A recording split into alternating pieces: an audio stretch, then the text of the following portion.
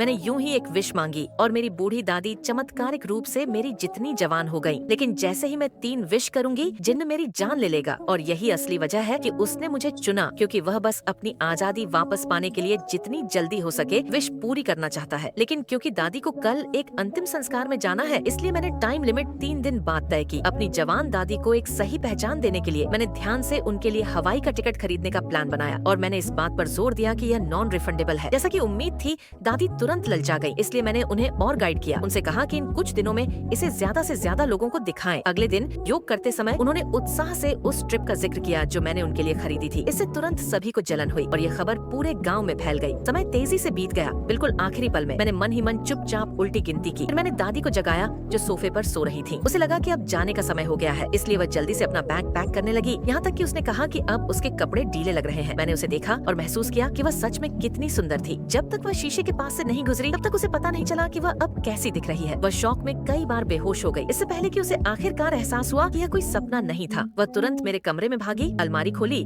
और उत्साह से कपड़े चुनने लगी। अगली सुबह दांत ब्रश करते समय मैंने दादी को आवाज दी, लेकिन कोई जवाब नहीं मिला। मैं भागकर अपने कमरे में वापस गई और अलमारी खोली तो देखा कि मेरी लेदर जैकेट गायब है।